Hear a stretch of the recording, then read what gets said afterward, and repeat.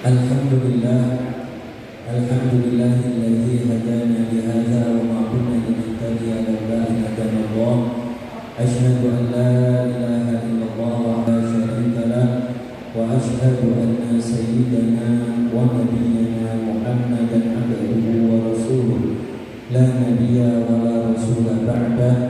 Allahumma fassalli wa sallim wa barik wa karim wa majid wa 'azim ala sayyidina Muhammadin miftahi babi rahmatillah adada ma fi ilmillah salatan wa salaman daimin bidawami mulkillah wa ala alihi wa sahbihi wa man wala.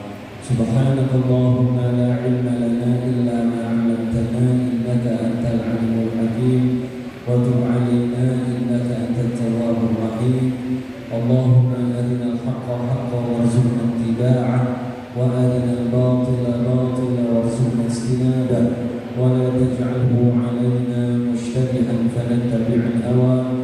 Allahumma 'allimna ma yanfa'una wanfa'na bima 'allamtana wa zidna min ladunka 'ilma. Amma ba'du. Yang kita muliakan, yang kita hormati para alim ulama, para guru kita, khusus guru kita Ustaz Cipta Al-Hafidh yang hadir bersama kita, dan para guru yang lain yang saya hormati, para pengurus masjid, khusus ketua DKM Masjid Nur Marfu'ah Bapak Agus Irwan Toro, dan juga yang kita hormati Bapak Profesor Kurdi yang merupakan wakif atau pemberi wakaf ya, untuk masjid ini, para bapak-bapak, ibu-ibu, para jamaah Masjid Nur Marfu'ah, serta seluruh undangan yang hadir malam hari ini, yang mudah-mudahan kita semua senantiasa diberikan maghfirah dan rahmat dari Allah Subhanahu wa taala. Alhamdulillah, tentu kita sangat bersyukur sekali malam hari ini kita diizinkan Allah Subhanahu wa taala untuk bertemu, berkumpul dalam suasana silaturahmi, suasana halal bihalal, setelah kita menjalankan sebuah rangkaian ibadah yang sangat panjang, ibadah bulan Ramadan yang merupakan bulan yang waktu bagi kita semua untuk mengumpulkan sebanyak-banyaknya pahala. Dan alhamdulillah kita sudah menyelesaikannya. Mudah-mudahan seluruh amal ibadah kita diterima oleh Allah Subhanahu wa taala, dan mudah-mudahan kita masih bisa melanjutkan kebaikan-kebaikan itu setelah Ramadan ini. Amin ya rabbal alamin. Hadirin kaum muslimin rahimakumullah, para jemaah sekalian, tema utama pertemuan kita malam hari ini selain kajian ilmu sebagaimana tadi disampaikan oleh pembawa acara, juga kita melakukan kegiatan halal bihalal. Halal bihalal ini secara bahasa merupakan bahasa Indonesia, karena kalau kita lihat di dalam KBBI, Kamus Besar Bahasa Indonesia, yang merupakan kamus resmi yang dikeluarkan oleh pemerintah Indonesia untuk merangkum kata-kata yang ada di dalam bahasa kita, maka kalimat halal bihalal itu sudah masuk di dalamnya dan diartikan sebagai sebuah kegiatan yang diadakan setelah Ramadan dengan tujuan untuk saling maaf-memaafkan. Nah ini dalam tinjauan bahasa Indonesia. Namun demikian, kalau kita runut kembali ke dalam akar kata atau asal-muasal kata tersebut, kita sebenarnya secara sederhana bisa melihat bahwa kata halal bihalal ini bukan murni bahasa Indonesia, tetapi merupakan kata resapan atau kata yang masuk dari bahasa lain. Dalam hal ini adalah bahasa Arab. Ya, karena halal bin halal itu murni kalimat yang hanya ada di dalam bahasa Arab. Meskipun bapak-bapak orang Arab sendiri nggak pakai kata itu, maksudnya nggak pakai kalimat itu, tidak ada. Orang Arab tidak punya kegiatan seperti kita ini namanya halal bihalal juga nggak ada. Dan orang Arab kalau kita ngomong halal bihalal dia juga nggak ngerti, dia juga ngerti. Tapi kalau kita pretelin istilahnya ya kata itu semuanya dalam bahasa Arab dan mengikuti tata bahasa Arab yang benar. Ya, jadi kalau kita kita bedah istilahnya begitu ya, maka kata ini akan terdiri dari 3 unsur: al halal, bi al halal, ya, halal, bi halal. Jadi ada kata halal artinya ya boleh ya, diperkenankan. Bi ini kata sambung kalau bahasa Indonesia. Ya, kalau dalam bahasa Arab namanya harfu jar, huruf jar. Ya, yang artinya bisa macam-macam, tapi arti utamanya adalah dengan. Ya, arti utama kata bi itu artinya dengan. Halal ya halal juga. Jadi halal bihalal itu artinya adalah tukar menukar kehalalan. Dalam bahasa Arab begitu. Apakah ada contohnya ungkapan seperti ini dalam bahasa Arab? Ada. Bahkan di dalam hadis Nabi sendiri yang ngomong. Ya, tapi bukan pakai kata halal bihalal, karena seperti saya katakan tadi, orang Arab nggak ngerti kata susunan halal bihalal. Dengan kata yang lain, apa kata tersebut? Dalam sebuah hadis yang menjelaskan tentang transaksi riba yang diharamkan di dalam syariat, khususnya hadis ini bicara tentang riba dalam proses jual beli. Maka Nabi mengatakan kalau mau jual beli barang-barang yang mengandung riba, barang yang mengandung riba itu 2 kelompok bapak-bapak. Yang pertama adalah emas, perak, dan mata uang. Ini satu kelompok.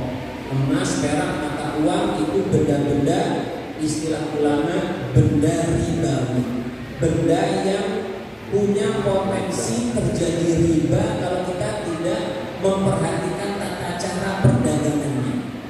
Kemudian kelompok kedua adalah makanan. Ya, kalau dalam hadis itu disebutkannya 4 macam makanan: at-tamr, korma, ya, kemudian al-hintoh, gandum, kemudian syair, jelai. Jelai ini yang kalau kita sekarang dipakai untuk makanan, misalnya sereal, ya, sereal itu ada yang pakai jelai, ya. Kemudian yang keempat adalah milah, garam. Garam itu disebutkan dalam hadis ini.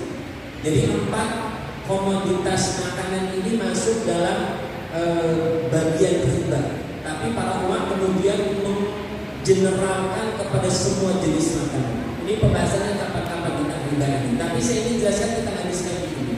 Jadi hadis Nabi itu ketika menjelaskan tentang komoditas tadi, emas, perak, dan beberapa jenis makanan, lalu Nabi mengatakan begini, ya, juallah ya dengan cara bagaimana?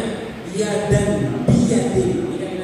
Ya dan biyadin. Mithlan bi mithlin. Nah, gitu. Jadi seperti halalan bi halalin. Itu apa redaksinya kalau rangkaiannya sama? Ya, ya dan biyadin. Ya dan itu artinya apa? Ya dan itu artinya tangan. Ya, bi dengan yadin tangan. Tangan dengan tangan. Maksudnya bagaimana? Kata Nabi kalau transaksi benda-benda tadi itu harus tangan ketemu tangan. Maksudnya kontan. Kalau nggak kontan bisa terjadi riba. Lalu Nabi juga ngomong mithlan bimithlin. Ya, mithlan itu beratnya sama. Ya, setara. Ya, beratnya sama, mithlan bimithlin, dengan beratnya yang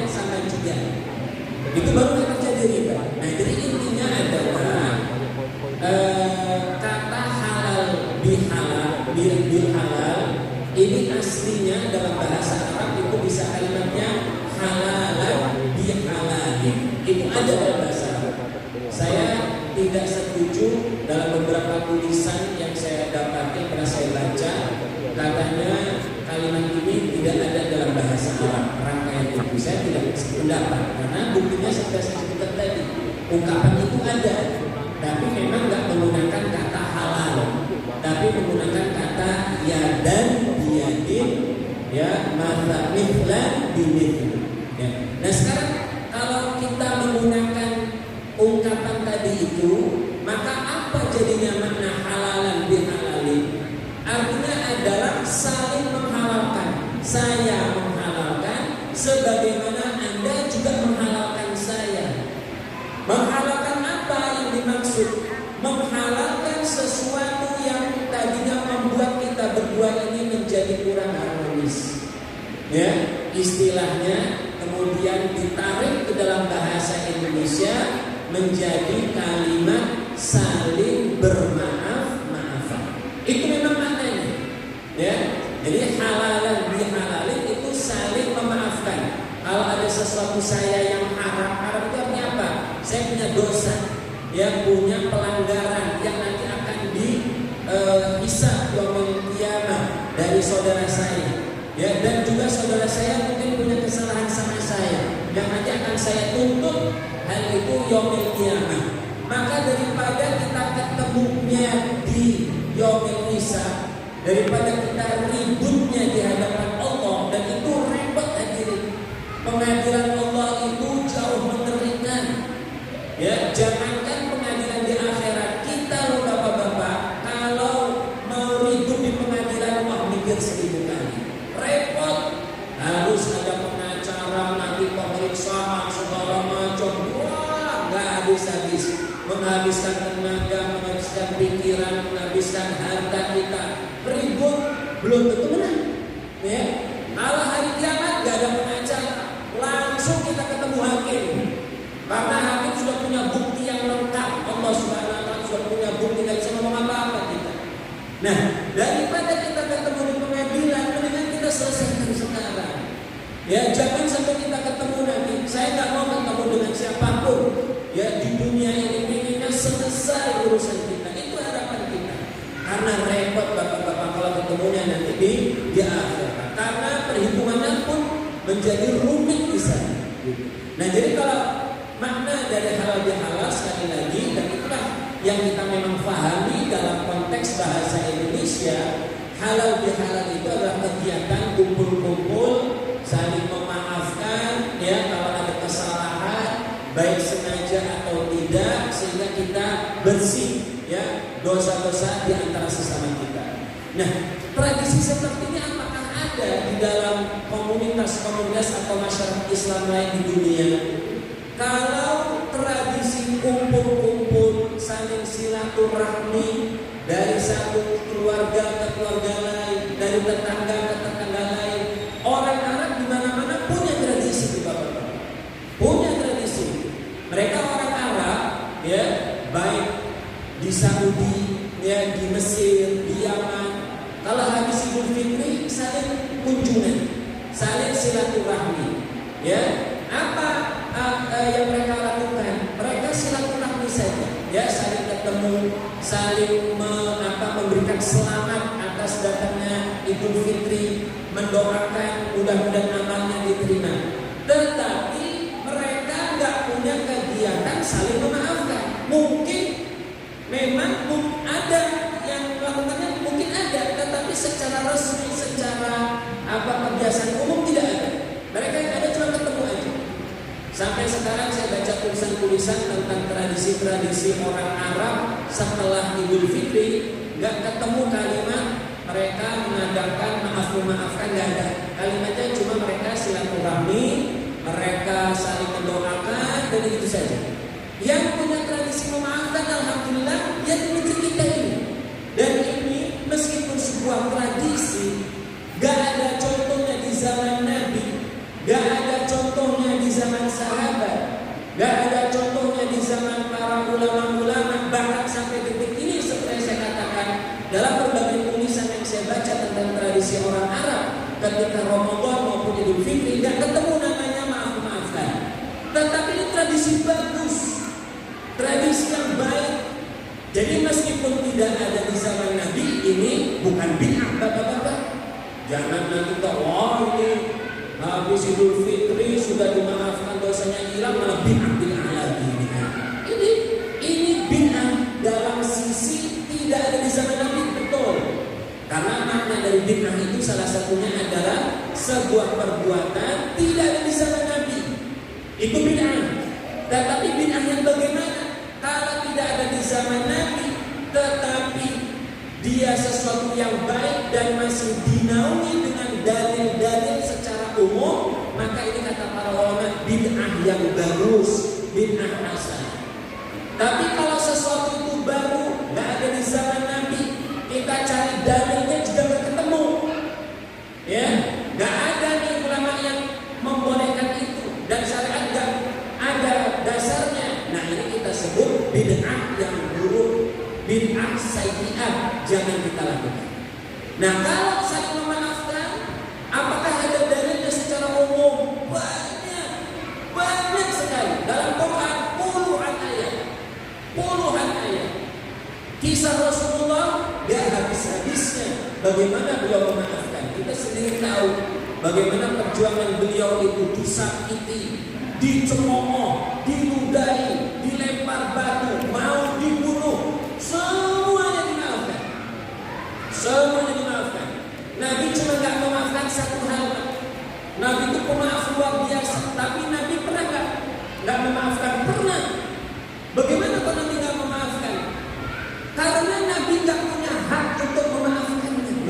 Apakah ada sesuatu yang Nabi gak bisa memaafkan? Ada. Kalau yang dilanggar haknya Allah.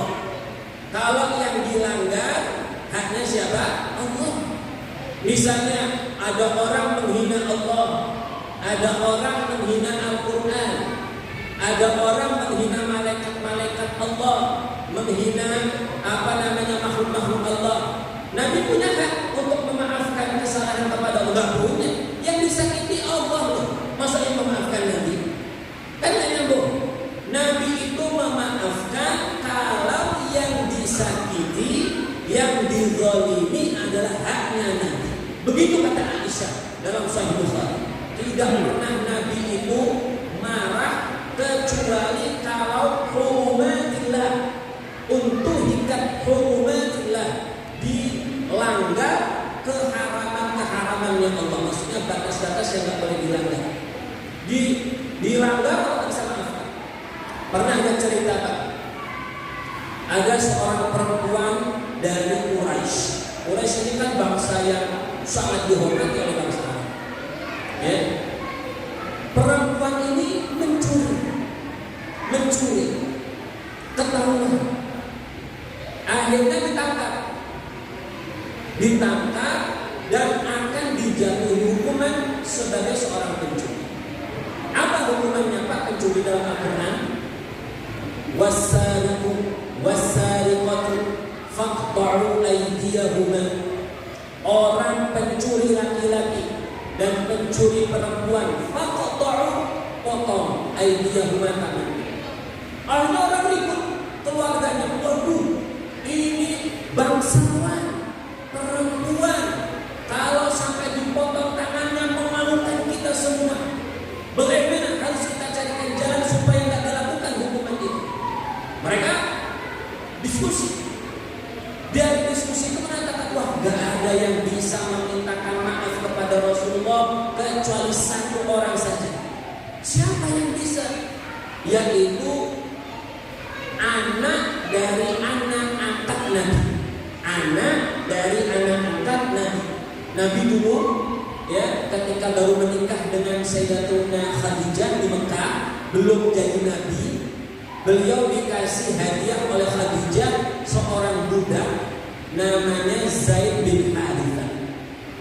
Zaid bin Harithah ini singkat cerita lah pokoknya, karena ceritanya panjang, menarik sebenarnya, tapi konteksnya agak jauh, jadi saya tidak ceritakan dulu itu waktu kita melebar kemana-mana. Jadi Zaid bin Harithah ini singkat cerita akhirnya diangkat anak oleh Nabi. Sejak saat itu Zaid ini bukan dipanggil Zaid bin Harisah, Zaid anaknya Harisah, enggak lagi gitu. Tapi Zaid bin Muhammad langsung. Itu memang tradisi mereka itu begitu. Yang tradisi ini kemudian dibatalkan dalam Islam. Dalam Islam nggak boleh anak angkat dinasabkan kepada bapak angkatnya. Hati-hati nih Pak. Saya di Palembang pernah ketemu ada orang ngangkat anak, anaknya itu kakaknya dimasukkan ke kakak bapak angkatnya. Hukumnya haram, nggak boleh. Tegas dalam Al-Quran surat Al-Ahzab, nggak boleh, haram hukumnya. Nggak boleh kita bernasab dengan nasab yang bukan bapak kita sendiri, haram. Bahkan Nabi menyebutnya kufur dalam hadis. Ya, kembali lagi. Jadi Zaid ini, Zaid bin Harisah dalam sejarahnya punya anak namanya Usama. Zaid ini sangat dicintai Nabi. Usama juga sangat dicintai Nabi. Sampai diberikan gelar Hubbin Nabi. Hub itu cinta Nabi. Sampai begitu gelar. Nah tadi orang-orang tadi yang ngumpul orang Quraisy, wah ini nggak ada yang berani ngomongin masalah perempuan yang mau dipotong tangan kecuali Usama. Nggak ada yang bisa, kita deketin aja Usama. Akhirnya Usama dipanggil, masih muda Usama, masih belasan tahun. Usama diceritakan, dilobi lah, tolong sih ngomongin ke Nabi, ini perempuan Quraisyah ini, orang-orang Quraisy yang mencuri ini, jangan sampai dipotong tangannya. Malu, ini kan keluarga bangsawan, gak pantas tangannya dipotong. Ente ngomonglah ke Nabi. Akhirnya Usama ngomong sama Nabi. Ya, datang ke Nabi, nyampaikan tadi hajatnya orang lain.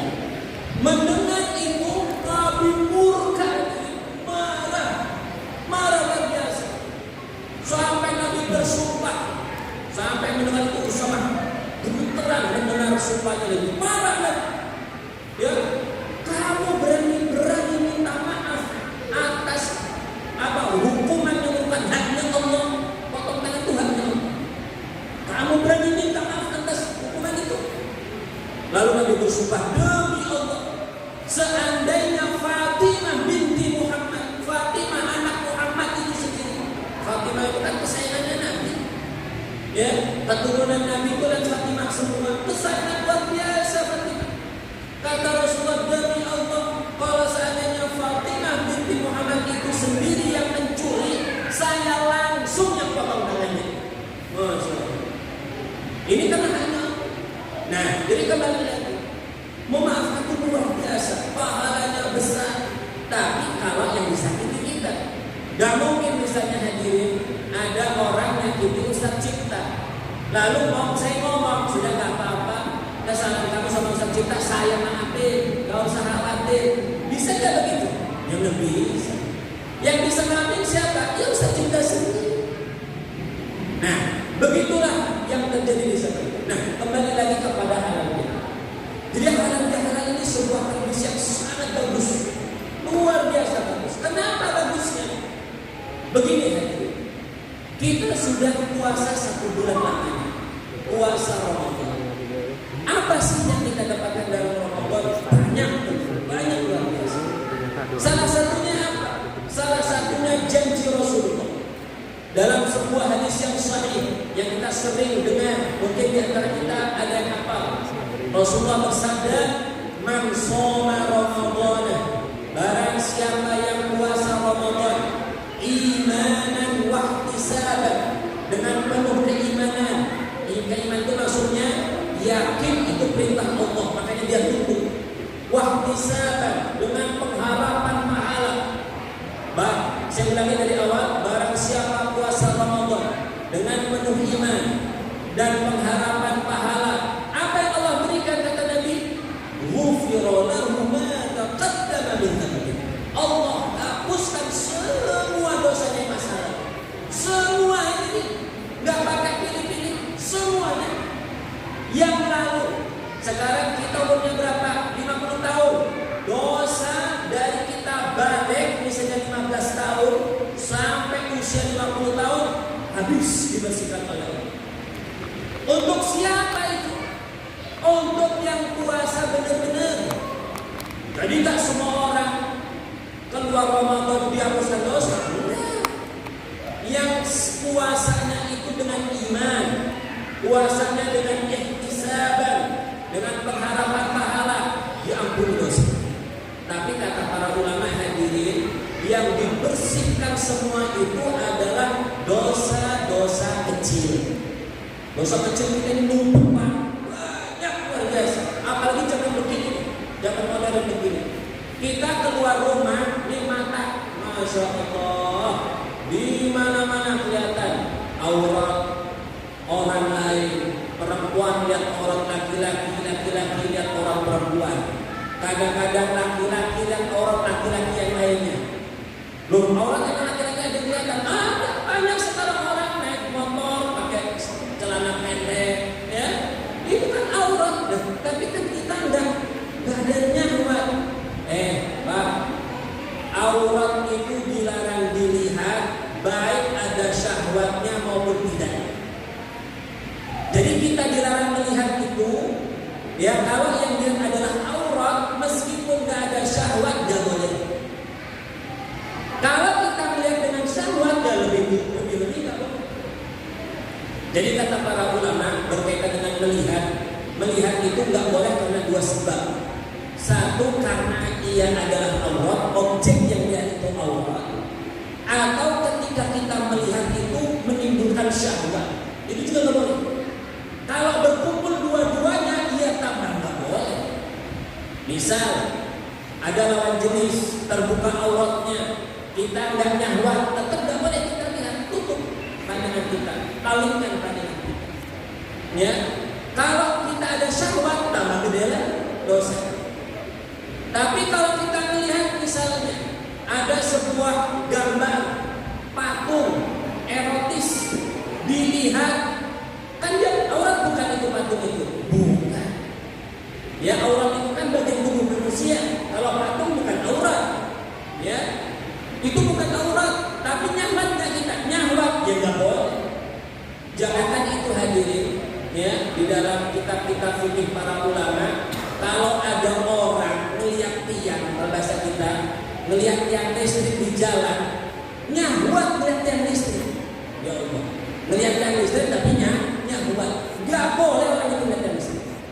Karena apa? Menimbulkan. Nah, jadi kembali lagi, dosa kecil banyak. Kita melihat televisi penuh, ya, kita melihat acara ceramah, iklannya 5 menit, iklan sabun, iklan lotion, iklan apa lagi macam-macam. Repot. Ya, apalagi di luar, kuping kita dengar macam-macam yang nggak baik. Ya, mulut kita kepake nggak sengaja ngomongin orang, dosa semua. Itu kalau dosa kecil, habisnya dengan kita ibadah, salah satunya Ramadan. Mungkin kita lupa kan? Kita keluar ke pasar, mata kita nggak sengaja lihat ini lihat itu, lupa istighfar, lupa taubat, numpuk banyak. Gimana bersikapnya? Dengan ibadah. Tapi kalau dosa besar nggak bisa dihapus dengan puasa, nggak bisa dihapus dengan sholat. Kalau dosa besar harus minta ampun sendiri. Ada orang dulu pernah judi, taubat karena judi. Dulu pernah mencuri, taubatlah karena pencuri. Harus taubat khusus itu. Tapi kalau dosa-dosa kecil, hapus dengan pahala dari ibadah kita. Nah, saya kembali lagi Pak ya. Jadi kalau kita mau mabuk selesai, dosa kita diampuni ya. Semuanya. Orang mau umur berapa aja, kalau puasanya baik, diampuni semua dosanya, bersih. Makanya kita sebut dengan Idul Fitri, kembali ke dalam fitrah penciptaan manusia awal. Manusia kalau diciptakan awal, baru lahir dari hidupnya, gak ada dosanya sama sekali, gak ada celahnya sama sekali. Nah, tapi itu dosa sama Allah, baru dihapuskan karena itu hanya Allah. Kita melihat orang, itu kita melanggar haknya Allah. Kita mendengar yang gak baik, kita pakai ini nikmat Allah telinga, gak pakai cara yang benar, kita melanggar haknya. Sekarang bagaimana kalau kita itu melanggar hak manusia? Kesalahan kan ada dua Pak ya. Ada kesalahan kita kepada Allah, ada kesalahan kita kepada sesama manusia. Kalau kesalahan pada sesama manusia diampuni tidak, oh gak bisa ini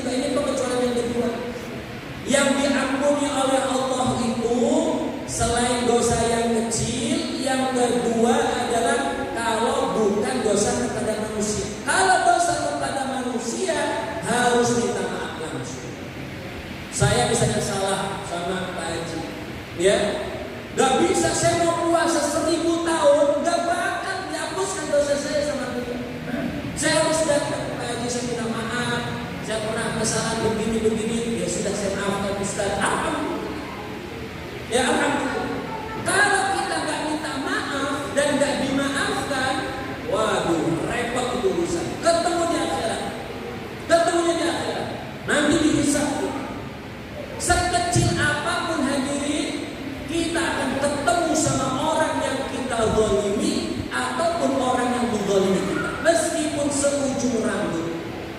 Dalam Al-Quran kan disebutkan, "Faman ya'mal mithqala dzarratin syarran yarah." Orang yang melakukan kejelekan meskipun sedikit akan menemuinya pada hari kiamat.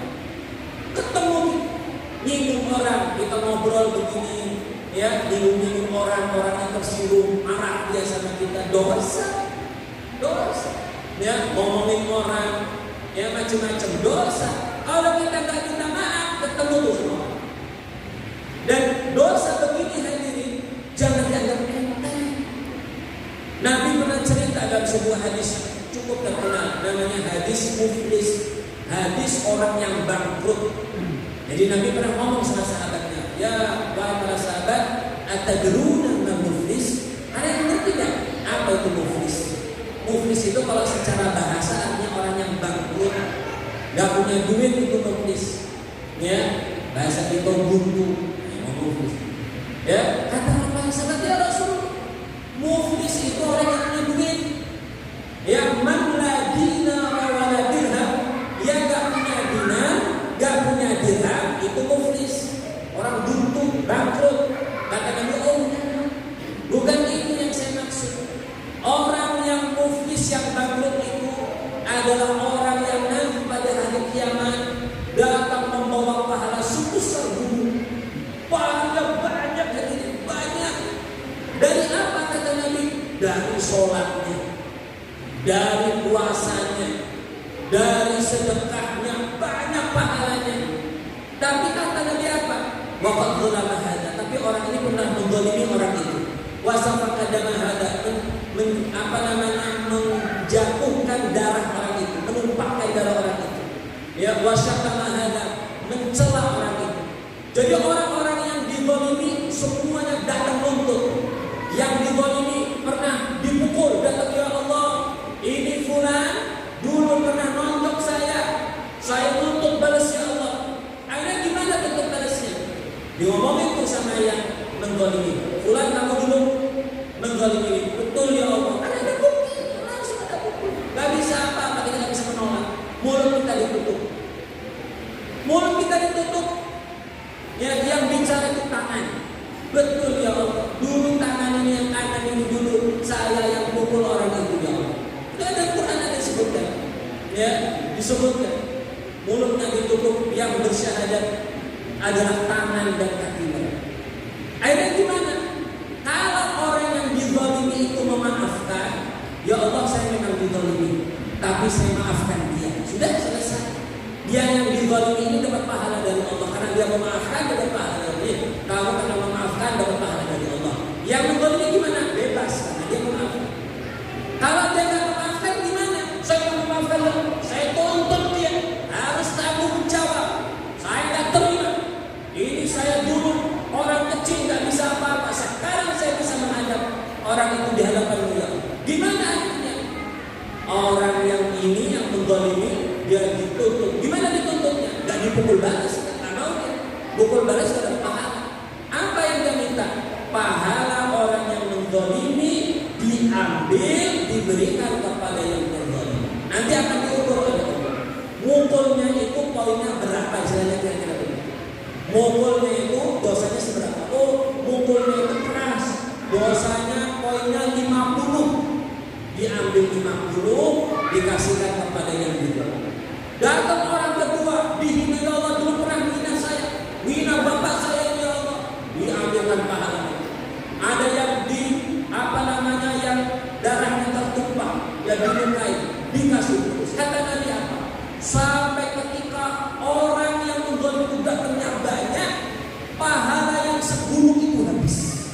Saking banyaknya, pahalanya besar, orang ini ahli ibadah, puasanya bagus, sholatnya bagus, tapi nyakiti tetangga. Bisa menantikan ada perempuan diceritakan, ya Rasulullah, itu ada perempuan tetangga kami, sholatnya masya Allah, puasanya subhanallah hebat, tapi tetangganya disakiti oleh si perempuan itu. Kata Nabi apa? Iya, orang itu, perempuan itu di neraka. Masya Allah. Ya, jadi yang namanya kesalehan itu gak cuma sebatas sholat kita bagus, gak cuma sekedar puasanya bagus, sama orang harus bagus juga. Istilah para Quran juga istilah Quran, hablum minallah dan hablum minannas, harus sama-sama bagus. Itu baru harus.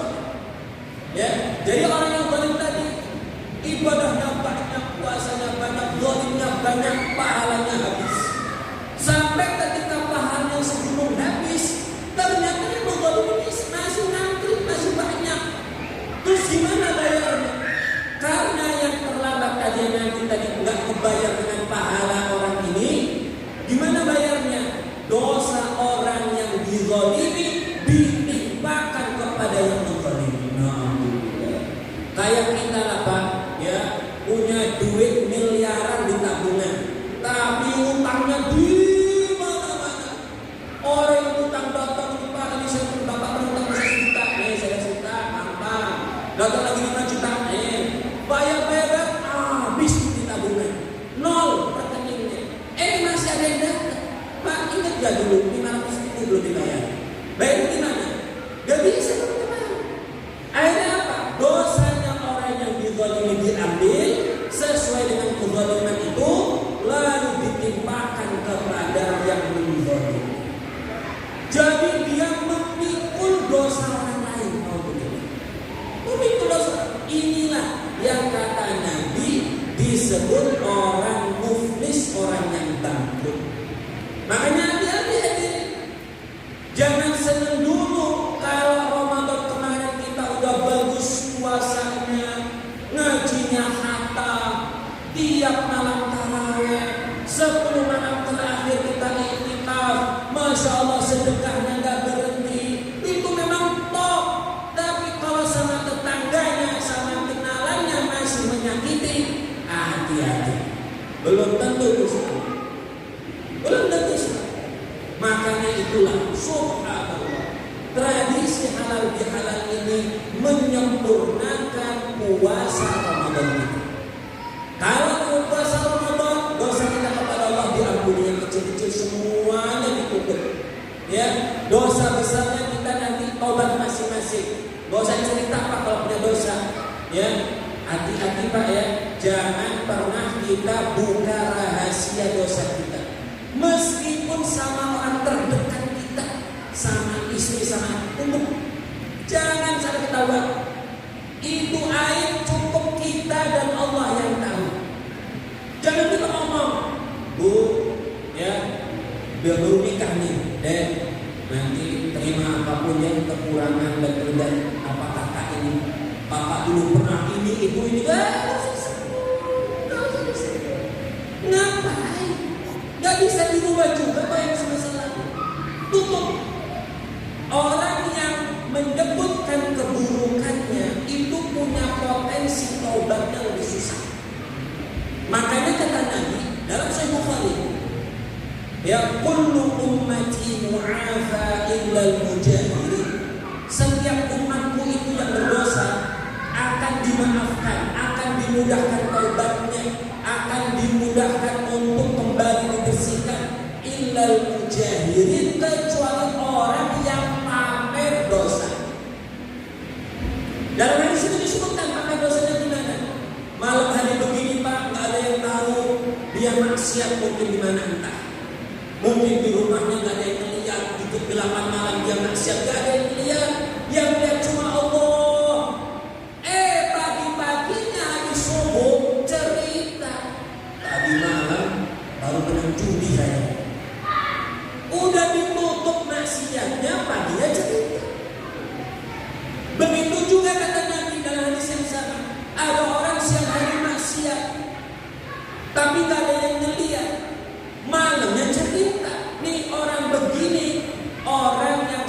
diterima tobatnya. Bukan Allah nggak mau terima tobat, tapi biasanya orang begitu kalau udah pamer, udah cerita maksiatnya, dia nggak ada dorongan untuk tobat karena udah nggak mau lagi. Orang kalau punya dosa ditutup-tutupin, nggak mau ada orang yang tahu, biasanya dia rasa penyesalan dan begini, malu dia, takut ketahuan, akhirnya dia minta maaf sama Allah gampang. Tapi kalau dia cerita sama Pak Haji ini, cerita sama Pak Haji itu, cerita sama tukang ngopi, cerita sama di mobil ketemu, cerita, akhirnya dia cerita kemana-mana merasa biasa aja, akhirnya malas gitu. Makanya jangan cerita, jangan meskipun kecil, masa lalu kubur kita biarkan itu antara kita dengan Allah Subhanahu wa Ta'ala. Nah, kembali. Jadi dosa kita dengan Ramadan dihapuskan oleh Allah. Semuanya kalau kita ibadahnya bagus, cuma tinggal dosa kepada manusia. Kita minta maaf, Pak. Minta maaf betapapun memang berat. Yang namanya minta maaf itu susah kan? Untuk orang-orang yang enggak gentleman langsung, yang pemberani, enggak berani, susah. Ya, padahal yang salah kita. Kadang-kadang kan ada orang udah salah malah dia yang digalak. Nah, itu kan. Udah salah nyenggol motor orang, dia yang malah bentak-bentak. Lah. Gimana? Ya itu susah yang seperti itu. Ya, minta maaf meskipun berat. Minta maaf itu bapak-bapak nggak harus kita ketemu. Ya, datang ke rumahnya, kita kan malu. Kalau malu datang Pak, ambil surat, tulis, Pak, saya fulan. Saya minta maaf sekali. Saya belum pernah salah sama Bapak. Syukur-syukur ditulis itu kesalahannya supaya dia ingat. Ya, saya benar-benar sekarang menyesal, saya minta maaf. Mudah-mudahan Bapak mau memaafkan saya. Ya, jadi atau orang lain, ya, Pak Haji, tolong sih saya ini gimana ya, sama ceritanya susah. Saya itu punya salah tuh sama Haji Fulan itu. Saya tapi mau datang itu banyak, takut saya rasanya, mau melihat aja takut. Tolong sih saya minta maafin saya. Nah, putus orang kata, mau ngomongin Haji. Ini pahalanya bagus besar ini, yang menjembatani apa yang pemaafan islah antara dua orang yang gede. Al-Quran. Ayo datang sama Haji. Sebelumnya minta maaf, ini saya ada pesan amanah dari tetangga kita. Haji juga kenal, itu loh tetangga kita sebelah sana. Dia itu minta maaf, dia belum pernah salah begini. Minta tolong Haji minta maaf. Oh itu maafkan selesai. Alhamdulillah selesai. Baru kita temui bawa hadiah Pak, bawa makanan, ya, bawa hadiah supaya seneng orangnya. Bukan nyogok ini untuk hadiah. Alhamdulillah ya, rasa silaturahmi. Nah, ini kejadiannya gimana ya? Saya pernah minta maaf, tapi nggak dimaafin. Nah, ini ada juga. Meminta maaf itu susah, memberi maaf lebih susah. Karena kita yang digolong itu kan kadang-kadang posisi kita ketika itu kecil, nggak kuat, lemah, ditindas kita. Ini orang ini habis kekuasaannya berhenti, nggak punya kuasa lagi. Sekarang minta maaf, enak sama orang itu. Dulu jadi bos menang-menangkan kita, dulu jadi penguasa dolimin kita. Sekarang udah gak jadi penguasa, minta maaf. Enak orang itu. Mau saya maafin, ada nggak begitu Pak? Ada. Boleh nggak kita lakukan? Tidak menerima maaf itu boleh. Kita boleh.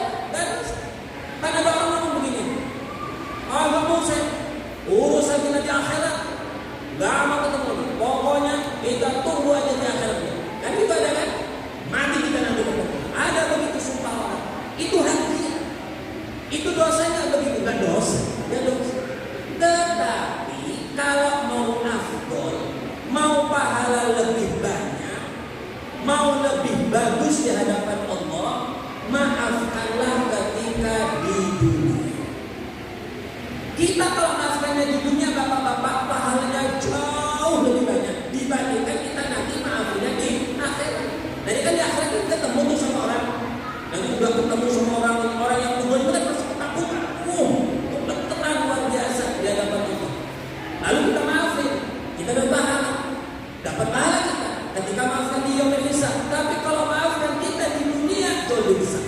Kenapa kalau lebih besar? Karena di dunia ini kita masih ribut melawan egoisme kita sendiri. Orang kalau udah disakiti, aduh, marah dia. Melawan kemarahannya itu menambah bobot pahala. Ya Allah, berat rasanya. Ya Allah, ini orang puluhan tahun nyakiti saya dan keluarga, sekarang minta maaf. Rasanya mau dimaafkan gimana? Tapi dia maafin. Pahalanya numpuk luar biasa. Yang kedua, bapak-bapak, untungnya kalau kita mati di dunia, Pak, ya, nanti di akhirat kita nggak ada urusan banyak-banyak.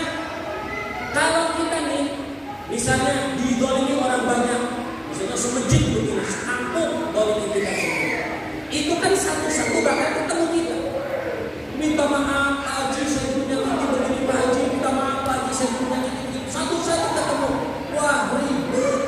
Kita memang udah mengambil semua itu. Tapi kalau kita ngambilnya di akhirat kelamaan, hisab kita tambah panjang. Yang nanti mau minta maaf ribuan orang. Waduh, kita Pak masuk nama dipanggil ke pengadilan Allah udah ketakutan. Mau lama-lama di pengadilan, jangan. Mendingan gak usah lama-lama. Maka kalau kita maafkannya di dunia, gak banyak yang nanti. Gak banyak yang nanti, cepat urusan kita. Cepat, gak ketarik-tarik lagi. Itu untungnya kalau kita maafkan di dunia. Nah jadi kembali lagi. Kalau kita gak maafkan, gak apa-apa. Itu hak kita. Ya, tapi nanti kita berurusan di akhirat. Itu akan memperpanjang urusan kita yang berbisa. Urusan. Pahala yang akan kita terima pun jauh lebih sedikit dibandingkan kita maafkan di. Makanya dalam Al-Quran rata-rata ayat yang bicara tentang memaafkan itu adalah memberi maaf, bukan minta maaf. Kalau minta maaf sudah jelas, semua orang harus minta maaf. Yang susah itu memberi maaf. Ya, nah terakhir bapak-bapak, udah ada 1 jam. Ya, lah kerasa juga saya jam 9 lagi. Sedikit sebagai penutup, ya. Kalau misalnya kita ini punya urusan sama orang, nggak kita selesaikan urusannya panjang, jangan sampai kita lakukan.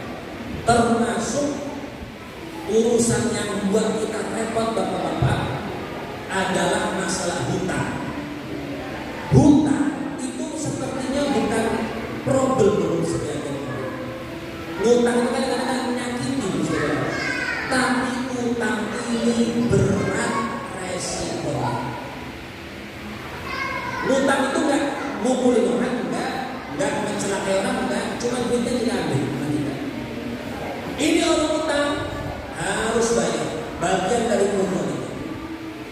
Kita harus bayar. Ada orang utang atau orang ngambil barang orang lain, mau maafkannya, mengembalikan barang itu kepada yang punya. Kalau orangnya sudah enggak ketahuan gimana? Dulu saya melakukan ini pas saya belum pindah ke Palembang. Ya cari orang ini saya. Loh orangnya pada udah mati, cari ahli waris. Loh kenapa ahli waris? Karena yang namanya harta milik seseorang, kalau orang itu meninggal, jadi turunnya ke siapa Pak? Ahli waris. Maka kita ngasihnya ahli waris, kita ngomong nanti. Nah, ya Bapak minta maaf. Ini ada uang. Dulu punya bapakmu, belum bisa saya bayar. Sekarang bapakmu meninggal, terimalah uang ini. Ini harta waris, nanti dibagi rata sesuai waris untuk anak-anak bapakmu. Selesai. Kalau ahli warisnya tidak ketemu gimana? Cari orangnya nggak ada. Ahli warisnya tidak ketemu, udah keliling muter-muter nggak ketemu. Jalan terakhir kita sedekahkan itu harta, tapi atas nama pemilik asli. Ini ada duit punya Haji Fulan. Ya Allah, saya sudah muter-muter cari Haji Fulan itu tidak ketemu. Ahli waris saya sudah cari juga tidak ketemu. Ini saya mau menghalalkan urusan saya sedekahkan. Disedekahkan, selesai urusan. Begitu, ya. Hutang juga begitu, nggak ketemu orang yang kita utangi, sedekahkan.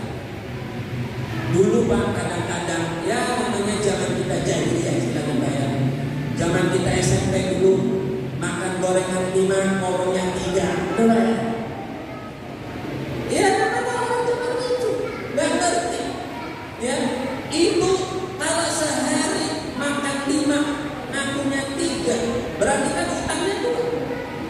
Kalau dia makan gorengan pas lagi SMP seminggu 6 kali, berarti kan seminggu 12 gorengan. Kalau kali sebulan kali 4, 12 kali 4, 48. Kalau seharga gorengan 1.000, berarti 48.000, itu sebulan. Kalau dikali 12 bulan, 11 bulan lah dengan liburan, berarti katakanlah 50.000 kali 11, 550. Kali 3 tahun, 1,5 juta. Duit itu. Gimana? Dia cari tukang gorengannya.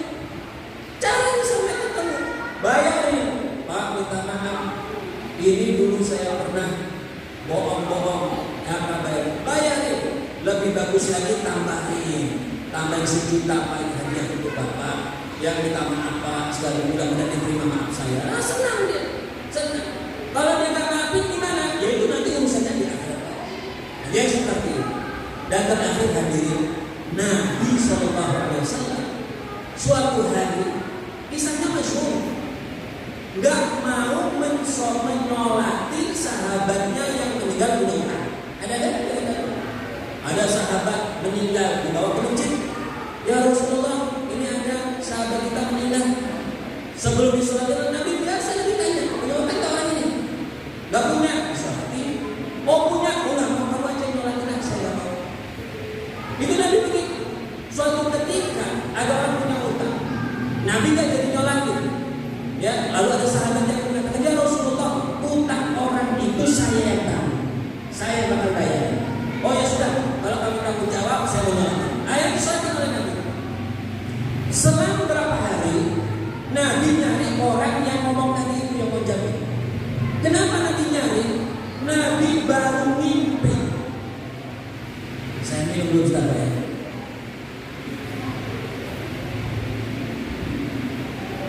Ini sekarang malam juga tetap panas kan?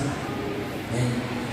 Jadi Nabi ini manggil orang yang tadi menjamin tadi. Coba cari yang lagi. Kenapa dicari? Nabi baru mimpi kalau orang yang disolatin kemarin itu masih diazab oleh Allah. Masih diazab. Lalu dipanggil, dia bilang, kamu kan kemarin yang janji mau bayar utang yang kemarin meninggal, betul sudah. Udah dibayar belum? Belum. Cepat dibayar. Kasihan itu teman kita lagi diazab oleh Allah. Padahal sudah dijamin mau dibayar, tapi belum dibayar. Itu kasihan itu lagi diazab oleh Allah gara-gara utangnya belum terbayar. Akhirnya cepat-cepat dibayar oleh yang menjamin. Cepat-cepat dibayar langsung. Baru nanti besok mimpi lagi, orang itu sudah al-an baru berjemur. Sekarang baru kulitnya dingin. Sekarang baru kulitnya dingin. Itu gara-gara apa? Gara-gara utang. Jadi hati-hati Pak, yang punya utang, apalagi yang hobi utang. Utang kita meskipun 1.000 perak, kalau nggak kita bayar, kata Nabi, orang yang mati punya utang, ruhnya itu mu'allaq, gantung. Kalau bahasa kita kasarnya masih bertayangan Pak, entah di mana. Maksudnya itu gantung itu apa? Kalau dia orang baik kan dicatatkan namanya di buku kebaikan. Ini nggak dicatat. Dan dicatat. Gara-gara apa? Utangnya masih ada. Jadi bapak-bapak, kita kalau punya utang segera bayar. Ini bukan masalah utang itu sedikit atau banyak. Bukan masalah itu orang kaya yang kita mau bayar ke orang miskin. Bukan. Urusan kita nanti. Kita punya utang meninggal, repot sendiri. Apalagi kalau kita punya duit nggak bayar utang, tambah dosa besarnya. Kata Nabi, maknul ghaniyyi dzulmun. Nunda-nunda utang bagi orang kaya yang punya duit itu zalim, dosa.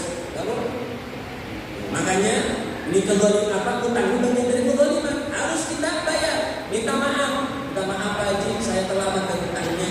Saya masih nggak punya duit kemarin. Udah banyak. Atau kita punya duit, itu duit banyak. Ya minta maaf sebelum ngerti, saya baru tahu kalau urusan kita. Itulah hadirin rahimakumullah, halal bihalal ini ingetin kita lagi. Dosa kita kepada Allah oke bisa hapus.